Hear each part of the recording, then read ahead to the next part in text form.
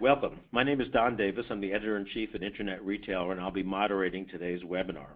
We'll be talking about mobile commerce by digging into data from Internet Retailer's just published Mobile 500.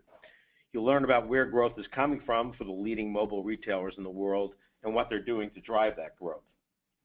Our speakers will be Stephanie Zarobin, Director of Research at Internet Retailer. Can we have the next slide, please? Katie Evans, who oversees mobile coverage, is a mobile editor at Internet Retailer, and Burke Farrell, Senior Product Marketing Manager at Akamai Technologies, a provider of online and mobile performance and security services and the sponsor of today's webinar. After they speak, we'll take your questions. You can ask questions any time using the chat box on your screen, and within the next day or two, everyone on the call will get an email explaining how to get today's slides.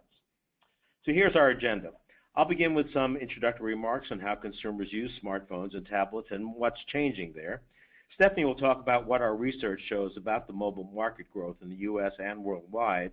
I'll talk about the fastest growing mobile retailers, mobile site performance, and the important topic of responsive design. Katie will provide several case studies of retailers that are using mobile effectively and draw out the lessons for other retailers. And Burke will provide Akamai's insights on mobile strategy. Then we'll take your questions. So let's get started by taking a look at some consumer and market data. The first point to make, is pretty obvious, is that more consumers have web-connected smartphones. As you can see from this eMarketer data, already today, more than 190 million consumers in the United States and more than 20 million in Canada own smartphones.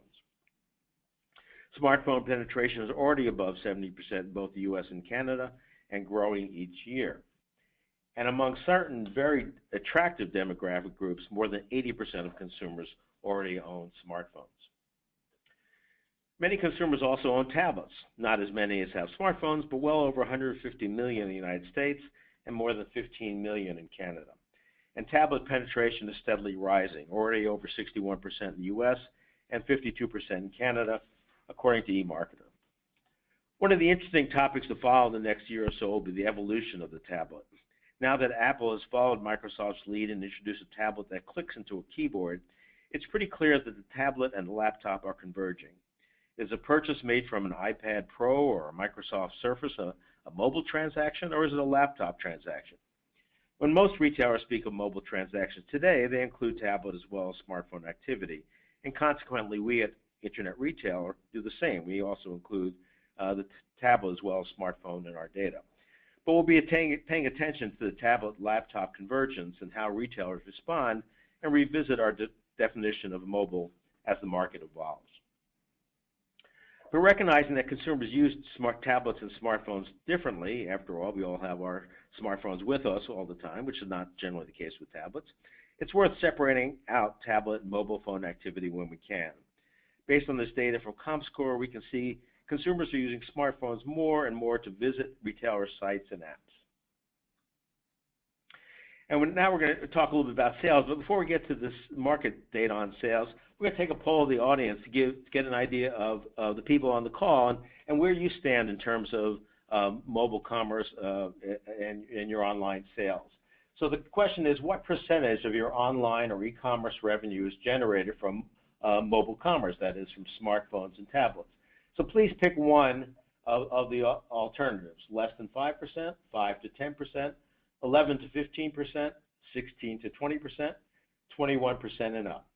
And then a few seconds we'll close the poll, see how where the audience stands, and then we'll move on to some market data about where the industry as a whole stands. So still time to click your make your choice, and okay, let's close the poll and see where we stand here. So what we see is a mix, and this is pretty typical of the industry for a lot of retailers. They're just getting started in mobile commerce, and we see the 30% of the audience getting less than 5% of purchases from mobile, but there's a sixth of the audience that's getting 21% and up from smartphones and tablets. Okay, so let's close the poll and move on to the next slide. We look at how consumers are shopping with smartphones and tablets, and what we really see is that the trend towards consumers using smartphones is even more pronounced when it comes to sales. The percentage of online sales from smartphones increased to 18% in the first quarter of this year from 11% a year earlier, while the percentage of purchases on computers fell from 75% to 69%. And as you can see from this data, in the first quarter of 21-15, according to ComScore, 31% of online sales were from mobile devices. So a lot of retailers and brands are well along in their mobile strategies. In fact, they're responding to the fact that, according to ComScore, 1 in 6 U.S. consumers now shops online only via tablet or smartphone. At the same time, we should be realistic about how consumers use smartphones. We mainly use them to text, check our Facebook pages, and play games, not to shop. The biggest shopping-related activity is email, which accounts for nearly 20% of the time iPhone owners spend on their phones, according to Fluent. Some, but hardly all of that is shopping-related. But for retailers, a big percentage of clicks from emails comes from smartphones and tablets, and that's edging up all the time, as this data from YesMail shows. As a result, more retailers are sending emails designed with responsive techniques so that they display properly, regardless of whether the consumer is using a phone, tablet, or a computer. And Stephanie, Katie, and Burke will all talk more about the growing role of responsive design. And while consumers use their phones for many things, 40% of them do use them for shopping at one time or another, and especially among younger consumers, they would just as soon not have to go to a computer to shop online. Their main shopping-related activities have to do with communicating with friends about possible purchases or showing off what they've bought. They also compare prices, look for coupons, and read reviews, according to this data from marketing agency Merkle. Of course, many times a consumer will use her phone to do some research and then buy the product from the store she's in, or just put it off for later. That helps contribute to the conversion rate on smartphones being significantly lower than on tablets and desktops, which consumers mainly use at home or at work. This data from Adobe shows that smartphone apps convert 20% higher than when consumers are visiting mobile websites on their smartphones. That makes sense, as consumers generally only use the apps of retailers they shop a lot. A separate survey sponsored by UPS looked at how consumers use smartphones in stores. They read reviews, compare prices, and look for alternatives, and sometimes they order. For store-based retailers, that means thinking about how to provide in-store shoppers with this information so they don't pull out their phones and start shopping elsewhere. For web-only retailers, it means considering how to become the place those shoppers go for product information, reviews, and better prices. Can we move forward? I think we went backwards on that slide.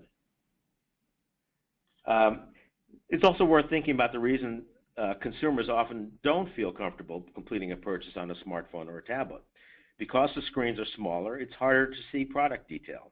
If they're on a cellular network rather than Wi-Fi, the connection speed may be slow.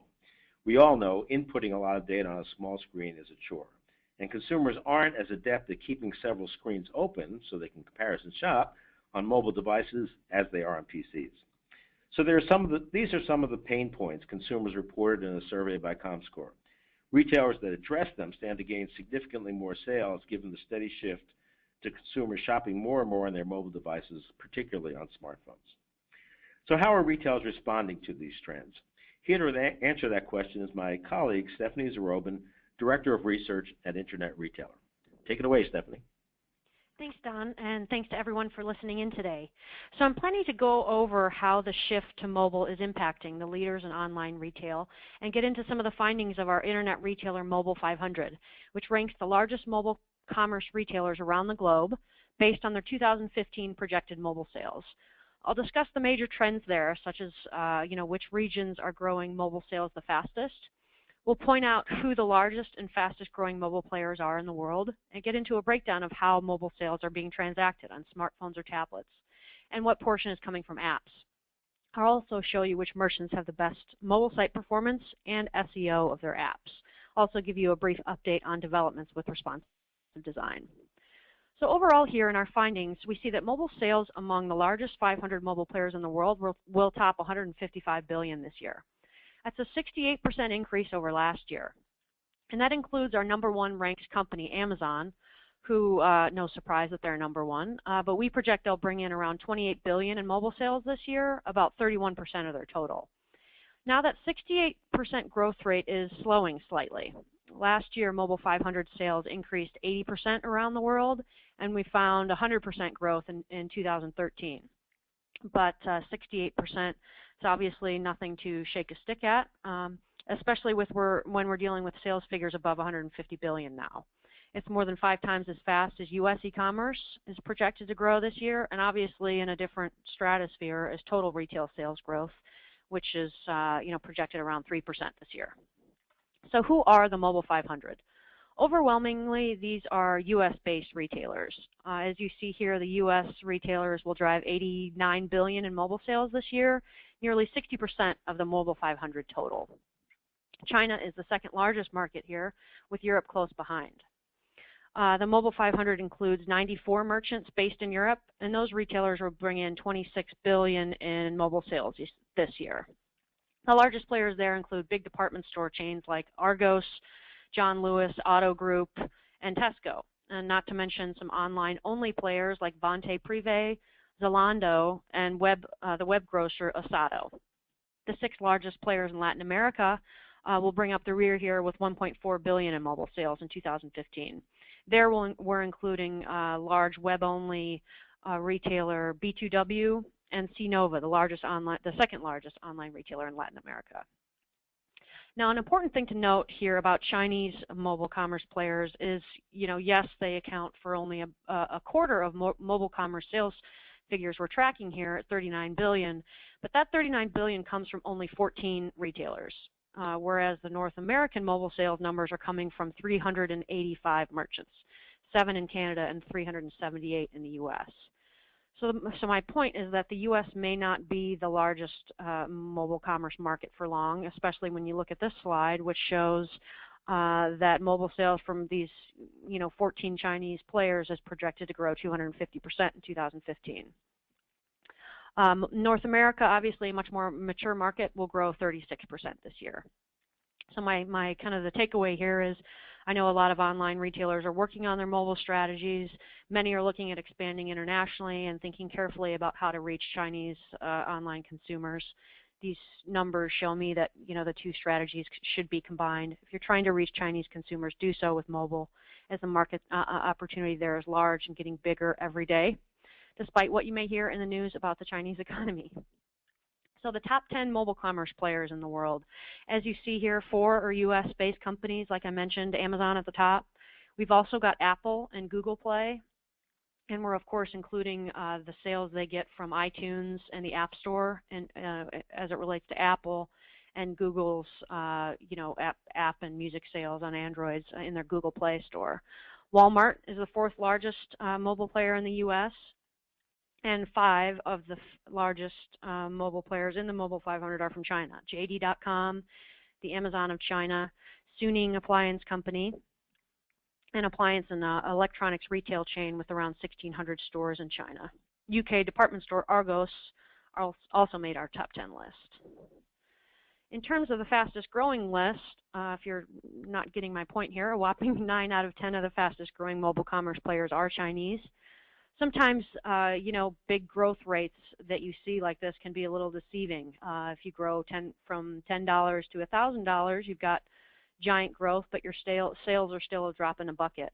That's not the case here. Gomei Electrical, for example, another electronics retailer in China, is going from big to giant. 500 million in mobile sales last year to more than 3 billion this year. Yihaodian, an online grocer, same thing, going from 400 million in mobile sales last year to nearly 2.5 billion this year. So again, some major players in China pulling in big sales from mobile shoppers, growing fast. Now, what type of retailers are leading the way on mobile? The bulk of the largest players sell only online.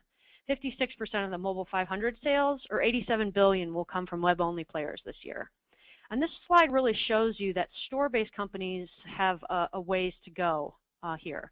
The Mobile 500 has around the same number of players that are store-based retailers, 189 versus 192 web-only players, but they're bringing in less than half the amount of mobile sales than web-only retailers will.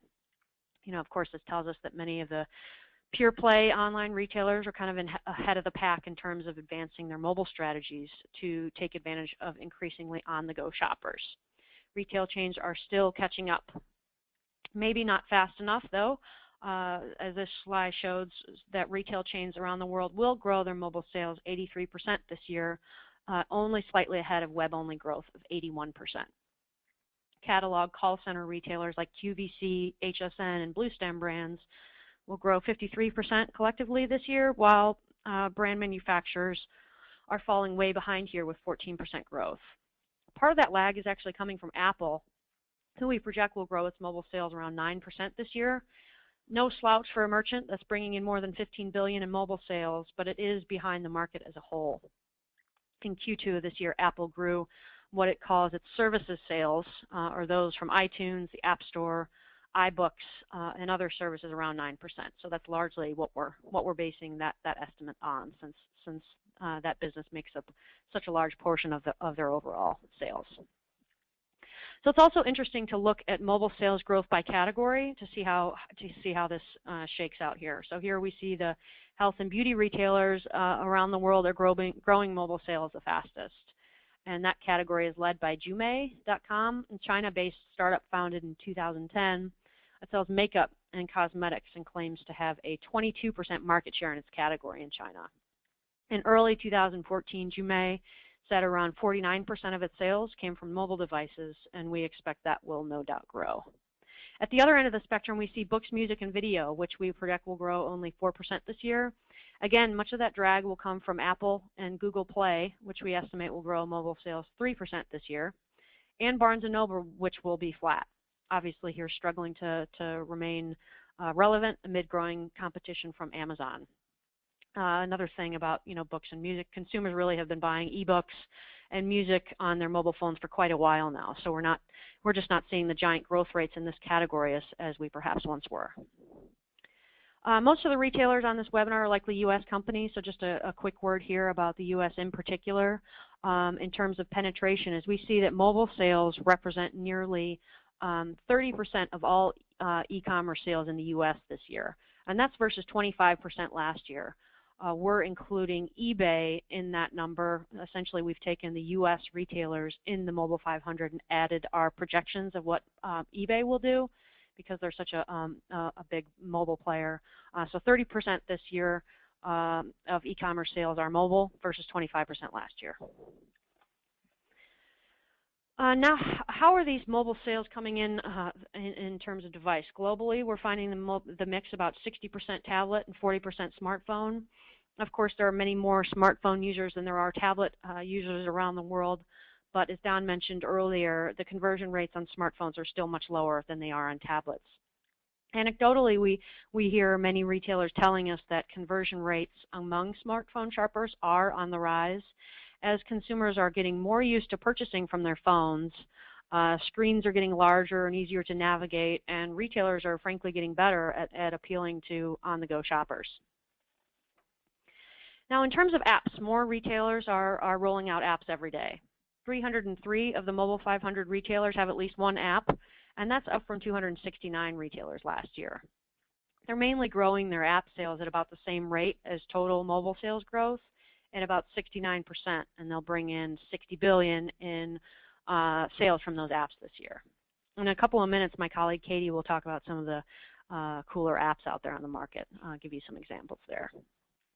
And now in terms of the SEO of apps, in the Mobile 500, we also tracked how merchants' apps are showing up in search results on the Apple App Store or on Google Play.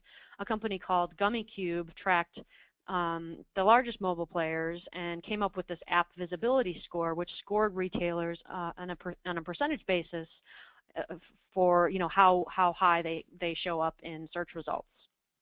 Rulala has a commanding lead here, with other major app players like Amazon, Etsy, Groupon, and Wayfair showing up quite high as well. Rulala's latest version of its shopping app has a 5-star rating on the App Store, and the various iterations of its mobile apps have been reviewed more than 12,000 times on the App Store.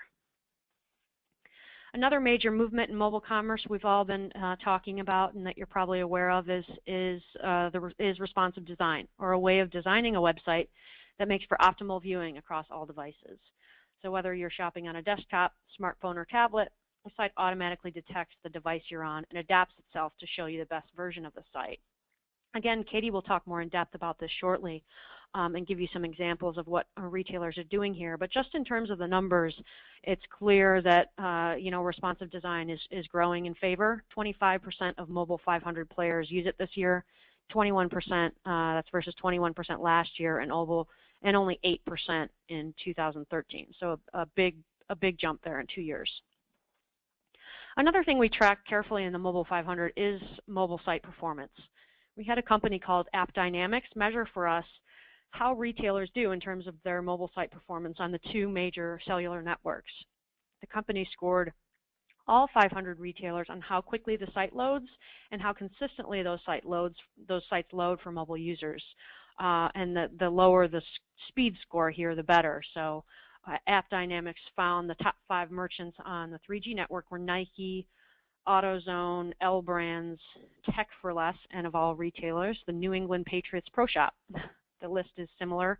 On the 4G network, though some smaller retailers here, the Peruvian Connection and Beadaholic also performed quite well. So I did want to do we wanted to run another poll here for you and see what listeners on this webinar are thinking of in terms of measuring their own website performance. So the poll is here. How do you currently measure your site's performance for mobile users? You can check all that apply here. So the first option here is we don't at this point. We don't measure site performance for mobile users. You measure download times on all devices, including smartphones and tablets and the various devices. Or you measure download times based on Wi-Fi versus cellular, whether you're on 3G, 4G, LTE, or perhaps you correlate measurements against business metrics like revenue or conversion rate.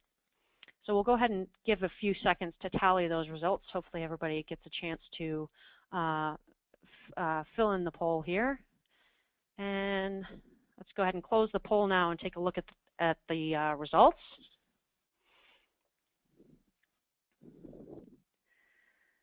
Okay, 49% of respondents are not measuring mobile performance. That's interesting. Okay, and 25% of you are correlating your measurements against business metrics like revenue, and about a third are measuring download times on all devices. And very few are looking at the different networks. Okay, thanks for that. So just here in conclusion on my portion, mobile sales are growing around the world and at a rapid pace. In the U.S., more than twice as fast as e-commerce and 4 or 5 times as fast as total retail sales. Merchants that are rolling out mobile apps, optimizing their websites to reach mobile shoppers, and linking mobile properties back to their stores are reaping the rewards of a growing shift in online behavior away from desktops and towards mobile devices. The bulk of the players benefiting from this shift are in the U.S., but that trend could change quickly as Chinese consumers are increasingly doing more of their shopping on their mobile phones. Many retailers are still getting more mobile sales from tablet shoppers than they are smartphone shoppers, but that could change here in the next few years as many merchants report increased conversion rates from smartphones. Responsive design is definitely the buzz this year, and my colleague Katie Evans is going to talk about that now, and I'll turn that over to Katie. Thanks. Thanks, Stephanie. As my colleagues Don and Stephanie discussed the broader mobile industry numbers and trends, I'm going to take a little bit of a different approach, and I'm going to outline some examples of how leaders in the 2016 Mobile 500 are implementing mobile strategies and how those strategies specifically are paying off. So Exhibit A is Fanatics. In the hour after the U.S. women's soccer team won the Women's World Cup in July, 65% of online sales at sports apparel and gear retailer Fanatics came from smartphones and tablets. 50% of sales came from smartphones alone. Mobile also accounted for 80% of traffic in that hour, and 63% of that traffic came from smartphones alone. Now, Fanatics is ideally suited to serve that on-the-go shopping that mobile commerce allows, because it sells to eager fans who are eager to make a quick purchase after a big win. But while Fanatics can capitalize on such impulse buys, its story applies to retailers of all stripes. Mobile shoppers are often out and about, and they demand speed and convenience while on the go. And retailers that meet those demands, as I'll discuss, they stand to gain significant sales. As this slide shows, speed rules when it comes to mobile. 21% of mobile users say they expect a smartphone mobile site to load in about the same time as a desktop site. 25% expect smartphone sites to load nearly as fast as desktop sites. 12% want smartphone sites to actually load faster. So that means when combined, more than 50% of consumers expect smartphone sites to load nearly as fast or even faster than desktop sites. So that's why, when it comes to mobile, speed is Fanatics' absolute top priority. Fanatics, which is number 60 in the Mobile 500, with 2015 mobile sales forecast to total $360 million, up 24% from $290 million a year earlier, has made a really big effort in the past year to cut mobile keystrokes and speed up its mobile performance. Just one example is that it now automatically populates a consumer's city and state after he enters his zip code. It also better managed and is eliminating third-party tags, such as from analytics vendors or ad networks. And it's also reduced or eliminated images that were slowing down the site. And the focus is paying off. Smartphone conversions are up double digits year over year at Fanatics. So as Stephanie touched on, and I'm going to dig just a little bit deeper here, responsive design is another top technique that leading retailers in the Mobile 500 are using to improve their mobile site management and their performance. Of the Mobile 500 retailers with detective responsive design sites, 80% use the newer hybrid version, and 43 have the older pure version. As Stephanie said, responsive design adapts the look of a single retail website to the device the consumer is using. And that eliminates the operational headaches of managing separate websites for the increasing variety of mobile phones and smartphones, tablets, and computers. However, a major downside of pure responsive design, which is the original iteration, is that it can lead to very slow mobile page loads. That's because a pure site bundles everything needed to create a web page on desktops and tablets and smartphones and jams it all into one package and sends that through a mobile device. Even if it's not needed for the mobile device, it still sends all the data. With hybrids, a retailer servers first detect what kind of device is requesting a web page, and then they send only the necessary data for that device. And so Exhibit B is Shop.com, an online retailer that sells a range of home goods, healthcare, and all sorts of vitamins and supplements. And since Shop.com, which is number 285 in the Mobile 500, moved to hybrid responsive design over the past year, the retailer's mobile conversion rate has more than doubled, increasing from less than 2% to reaching, at times, just over 4%. Using the hybrid version, the site also loads more quickly on mobile devices, taking around 3 seconds on average to load, down from 11 seconds a year earlier. And Shop.com estimates that its 2015 mobile sales will grow 28.2% to reach $20 million in 2015, up from 15.6 million a year earlier. And Exhibit C is really honing in on how you can use your apps correctly. It's all about the apps. And two examples that I want to give are appliance retailer H.H. Gregg, which is number 247 in the Mobile 500, and David's Bridal, which is number 265. They both focus their app strategy on engagement more than sales. Apps really can help drive store sales of high price considered purchases. In H.H. Gregg's case, that would be like appliances and consumer electronics. And David's Bridal, I mean, who buys their wedding dress online? Not very many people. So a little bit about H.H. Gregg's mobile growth. It says its tablet and smartphone sales totaled 23 million in 2014 and are on track to grow 37% to 31.5 million in 2014. 10 to 15% of the retailer's online sales stem from mobile devices, and on average 30 to 35% of online traffic is mobile, but that mobile traffic, as you can see, climbs as high as 50 to 60% during the holiday season. H.H. Gregg has taken a really interesting approach to using their app to engage consumers. And it's not just using a mobile commerce app. For the past 2 years, it had a mobile gaming app during football season. With the app, consumers could transform into a football player and dodge cheerleaders, fans, and referees across a stadium, which was branded by vendors who paid H.H. Gregg to place their name on stadium staples, such as scoreboards or blimps, another source of revenue for H.H. Gregg. In-app ads paid for by manufacturers drove app users to the H.H. Gregg mobile site or mobile commerce app to buy.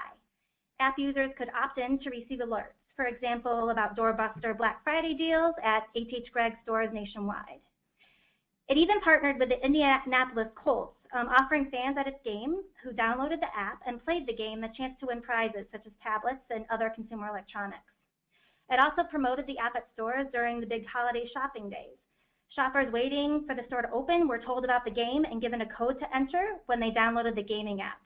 And later, H.H. Gregg paid for everything a few lucky shoppers who played the app game purchased at the store that day. The gaming app was a great success, and at its peak, the app ranked number 9 in the Apple App Store. As you can see from these numbers here, having a solid app strategy is important, as 52% of the time U.S. consumers spent online occurred within smartphone and tablet apps as of October 2014, according to ComScore. 40% of online time was spent in web browsers and on desktops and laptops, and 8% spent in web browsers on smartphones and tablets. As you can see, consumers spend a great deal of their digital time online with an app. And David's Bridal, another example of using a mobile app. It designed its app with more than mobile sales in mind. As you can see here, while 22% of e-commerce sales stem from smartphones and 12% stem from tablets, mobile success still isn't measured just by sales alone at David's Bridal. They're doing some really interesting things with their apps. For example, getting a mobile shopper to make an appointment at one of David's Bridal's 300 stores is a huge priority. Why? Because 70% of consumers who book an appointment online show up. And 60% of those who show up, they buy something. So David's Bridal optimized what it calls its appointment flow for its app. In the app, a consumer clicks to make an appointment, chooses the type of appointment because they can vary greatly from taking out wedding invitations to a wedding dress to a bridesmaid dress, and then either types in her zip code or allows the phone to retrieve and enter her location using the phone's GPS. She then views a list of stores nearby, selects the store to view the dates and times the store has available, and books the appointment. David's Bridal is now working on optimizing the appointment booking flow on its mobile site as well, and it's no wonder. The work it's done is paying off. In the app with a simplified appointment booking process, about 2.5% of consumers that visit the app book an appointment, and that's compared to about 1% on the mobile site. And when designing apps and mobile websites and even websites, top leaders in the Mobile 500, including David's Bridal, do things like they conduct usability tests to determine how shoppers navigate and shop on a desktop compared with a smartphone.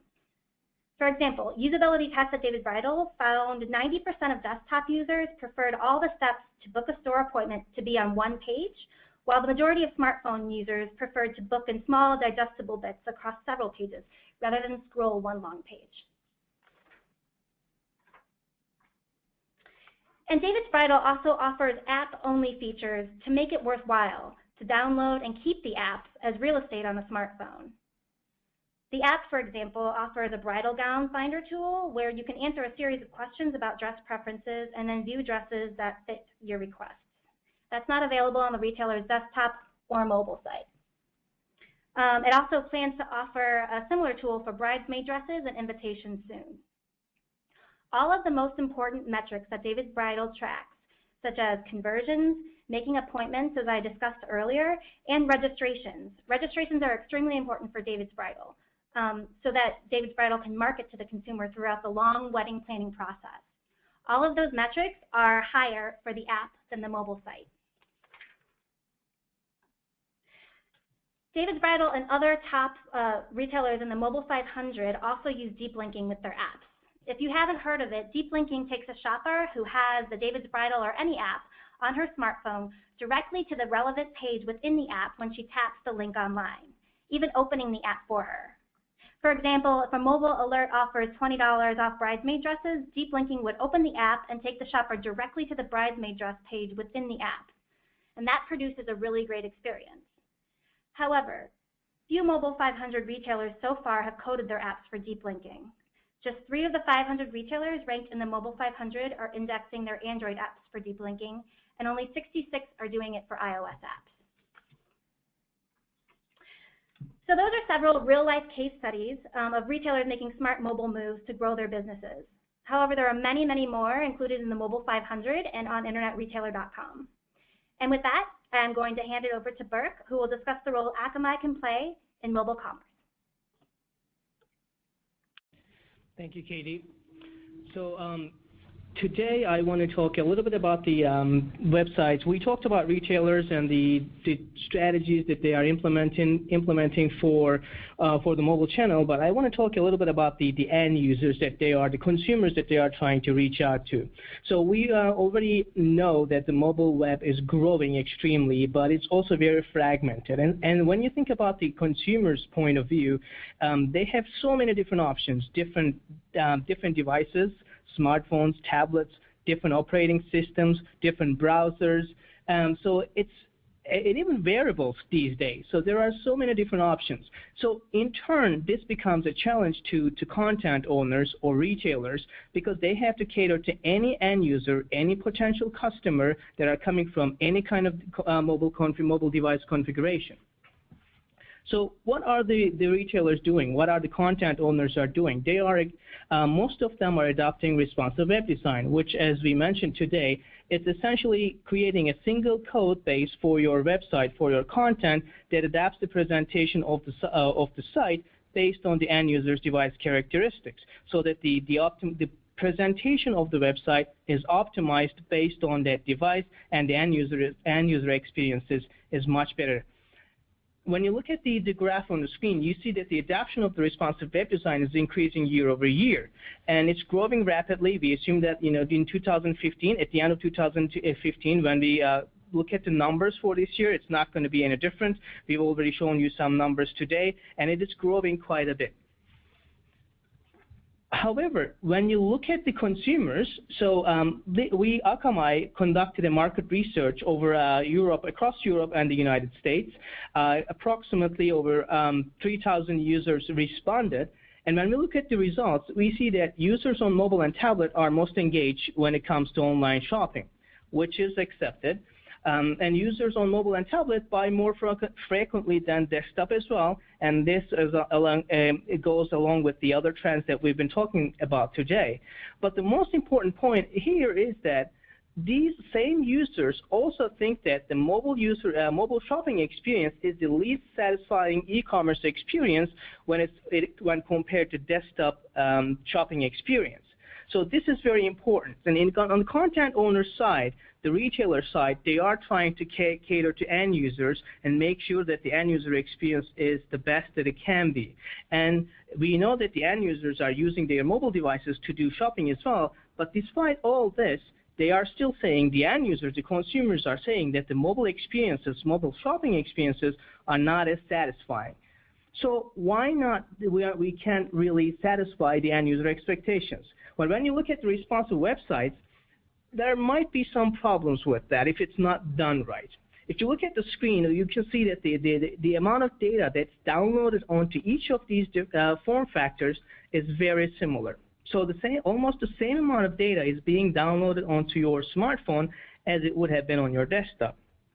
While the presentation of the website is optimized for these different form factors, different end users, it may have an adverse effect on the end user experience when they are coming to the site via a smaller, less capable smartphone compared to a desktop. So then what would be the best practice? So the solution is simple. The formula is very simple. When you have a responsive web design, complement it with a performance optimization solution. That way, not only the presentation of the website will be optimized, but also the performance of the site will be optimized as well. And essentially, everything will the outcome will be happy consumers, and that's what we all want. So that is the quick highlight of my part of the presentation today, and I'm going to turn it over to Don for questions. Okay. Well, thanks, Burke. We do have time for questions, so if you have any for our speakers, please enter them now. And remember that everybody will be getting an email the next day or two with instructions how you can get today's slides and a link to today's presentation you can share with colleagues. Okay, so let's move to questions. So this is a question that we'll pose it first to Burke, but Katie and Stephanie might have some ideas. Where are the top retailers going with their mobile sites, building out a unique experience, which I think means a different site for smartphone, tablet versus computer, or going to responsive design? So what do you think about that, Burke? Well, thank you for the question, and it's a good question as well. So we are seeing that a majority of our customers are going towards a responsive web design. If they are not already implementing responsive web design, they are considering it. We are getting a lot of questions about the best practices around responsive web design. So instead of building unique content for mobile devices such as M.dot sites for smartphones and T.dot sites for our tablets, they are moving more towards responsive web design, building and maintaining a single website that can cater to any kind of device as long as it's in the mobile channel. Okay, and I think that conforms to what Katie and Stephanie showed. So Stephanie, a question about whether the slow growth in percentage terms of books, music, and video in terms of mobile sales, is that due to streaming and also to consumers borrowing books and video from libraries? Interesting question on the libraries.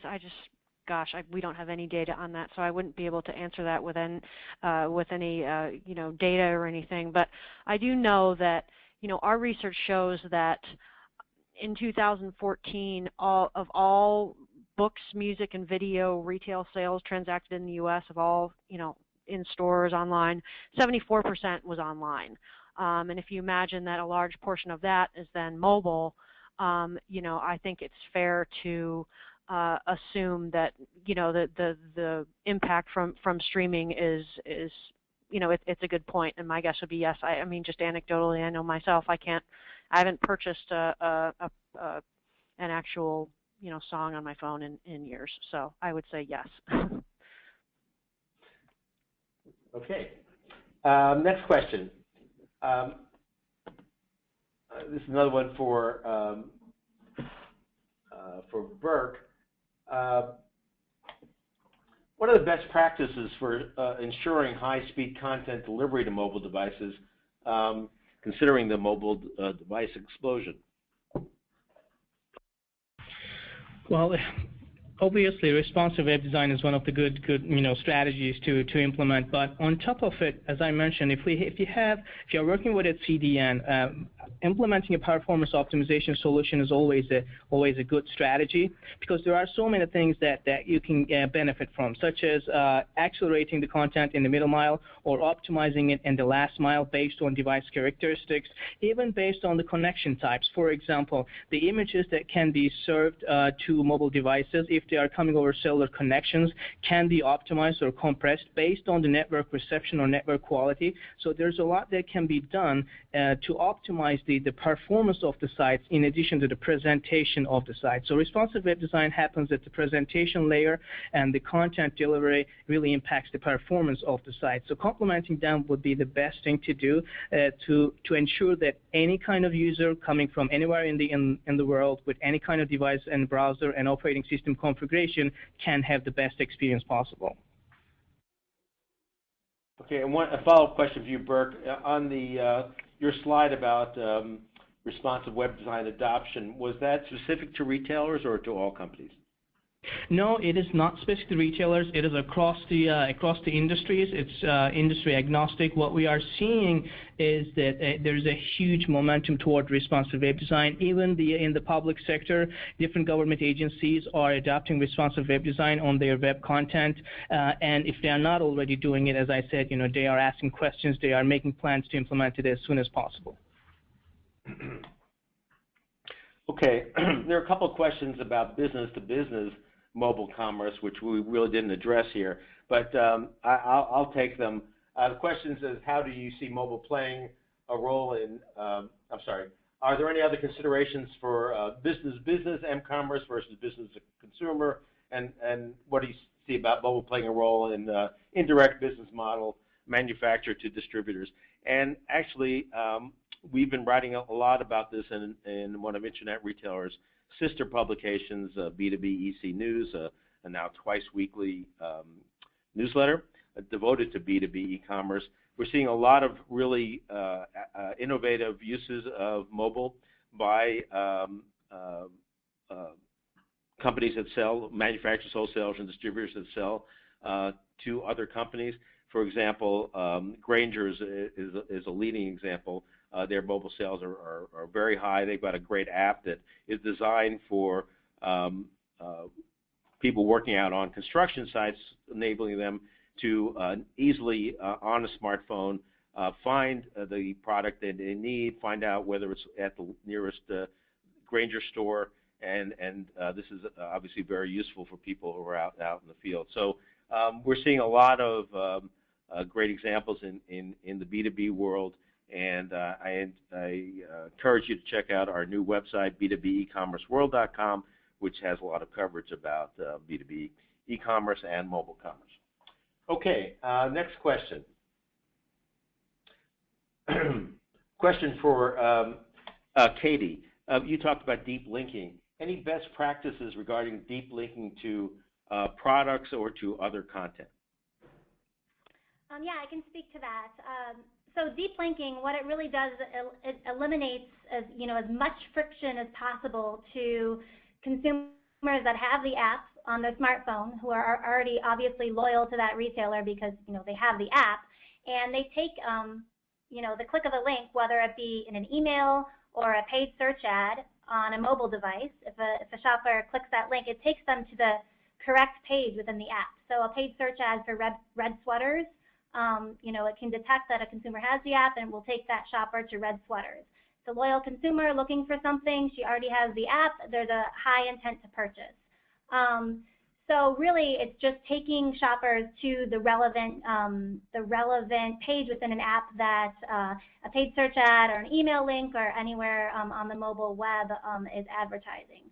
Now, what most retailers do that don't deep link, regardless of whether or not the shopper has the app, they might detect that the shopper is on a mobile device, a smartphone, but they'll just take her to the mobile site homepage, which is really losing a lot of traction and sales for your consumers who might have the app on their phone. So it does require some special coding, but retailers that I've talked with that have a loyal base of app users, I think Rue La La comes to mind for sure. Their conversion rates have definitely increased from mobile by adding deep linking. Okay, thanks, Katie. Next question. Question for you, Burke. What performance innovations are companies currently overlooking when optimizing their experiences for mobile? I think one of the big aspects of mobile consumers is the connection types. We've seen some data today during the webinar, and also we saw the poll responses to the poll question as well, that most of the attendees or their organizations do not measure the end user satisfaction based on the mobile performance based on the connection types. So the connection type is whether the end users are coming over a Wi-Fi connections or cellular connection does affect their experience, how the site downloads onto their device. And again, there's a lot that can be done on that as well. If they are coming over cellular connections, the images can be optimized, the connections can be optimized based on, for example, the server deployments. We do have server deployments in the mobile network operators' core networks to get around the latency issues. So there's a lot that can be done based on the end users, based on the connection types. And I think this is something that the content owners, the retailers, usually do not think about. Usually it is taken for granted. It is what it is. They think that there's not much they can do about it. But in fact, there's a lot that a performance solution can help in terms of the different connection types and the way it affects the end user experiences. Okay. Another question for you, Burke. With the holidays approaching, how do I ensure my customers have fast mobile performance during peak traffic? That's a great question as well. Again, there are solutions that can be implemented within the delivery of the content. They can prioritize the customers that are accessing the content based on their likelihood to make a purchase. If, for example, they have items in their cart already, which means that that group of customers are more likely to make a purchase online immediately, so they can prioritize the content for that group of customers. Or and also this prioritization can help avoid the issue of overloading the origin, the content of their servers as well, so that just the consumers coming to the website who has accounts can be prioritized, and just browsers can be, for example, directed to a waiting room with a static content rather than dynamic content as soon as the servers have capacity that's freed up. So there's a lot that can be done as the content is being delivered during the peak seasons, because it is the time of the year when most of the online retailers are making most of their sales, and the end users are going to these sites over their devices, most of them over mobile devices, which means that their end user experience becomes a very high priority. Okay, here's a question that I guess any of our panelists could speak to. How do I choose between a responsive web design site or a mobile app? Anybody like to take that on? I can speak to that a little bit. A responsive design site is definitely going to require a significant amount of work, because you have to, if you have say like you have an M.dot site and then you have your own mobile, or you have your own desktop site, you need to relaunch your desktop site. So you need to relaunch the whole enchilada for that, one code that will dynamically transform to every screen size. Mobile apps are going to get typically less traffic, because you have to get a consumer to download the app, which is some friction, and you definitely have to work to keep it on the consumer smartphone. So I think a mobile optimized site is going to reach a larger audience, and a mobile app will reach your loyal audience and probably drive higher conversions. Those are just my 2 cents on that. This is Stephanie. I would just add to that I would imagine it really depends largely on what types of products you sell and how your customers interact with you. If you're a type of retailer that's rolling out new products on a regular basis, or you are, launching, special giveaways, or you have daily deals, or something like that you can, regularly encourage your customers to buy from you. To me, it seems like an app would work in that case, because you're used to having customers buy from you on a regular basis.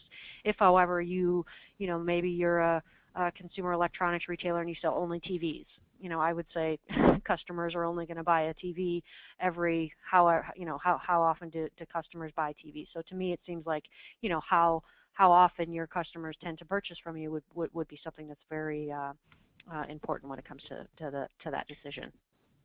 And to add to that, and I entirely agree, and it depends on how your customer base interacts with your organization. And if you already have a loyal following, app is a better way to reach and interact with your customers, because that is a captive audience for your company. And a good example for this is a trend that we are seeing in the Asia Pacific region, especially in India, where these big brands of online retailer brands, they are moving entirely to app-based mobile presence, and they are phasing out their websites, even their mobile sites, because they already have a large customer base that is loyal to them, that has downloaded their apps, and they think that the mobile site doesn't really bring any value to their sales anymore, and they are going app only. So it is entirely based on how your customers interact with you. If you already have established a big brand reputation, and if your customers are using your app widely, then that might be the way to go. Otherwise, to cast a broader net and get net new customers, responsive websites are the way to go. Okay. Speaking of Asia Pacific, we have a question about how many Chinese consumers are purchasing from English language e-commerce sites, and I do have some data about Chinese buying from overseas e-commerce sites, those not in China, and according to the data from iResearch, a Chinese market research company, that's growing at 43% a year. This year should be well over $30 billion US. So I don't know how much of that's mobile, but as we saw from Stephanie's presentation, a lot of the time, probably most of the time, Chinese consumers spend online is on smartphones. So definitely worth thinking about if you have products that Chinese consumers want, which include particularly products like healthcare products, baby formula. There's a lot of concern in China about product quality. I just was there, and that was a big topic of discussion among online retailers. Okay, question about beacons, which are devices that allow retailers to send messages to consumers in their stores. And I've lost the question. But basically, a question for Katie about what do you hear about beacons? Is it worth something retailers should be thinking about? Right. I'm sure that many of the attendees have seen in the news that Target rolled out beacons to about 50 stores. And I was actually at a conference yesterday and talking with Staples, who is also testing beacons. Actually, Internet Retailer just launched a new website called mobilestrategies360.com. And we write a lot about beacons, but not just retailers. So the Bonnaroo Music Festival used beacons. Eager music fans that are attending the festival, many of them obviously were going to be there for a few days, downloaded the app and used it to find out, where the nearest watering station was, where the bathrooms were, what stage there of the many that are at Bonnaroo, where the musicians were performing. At Target, if you're walking past,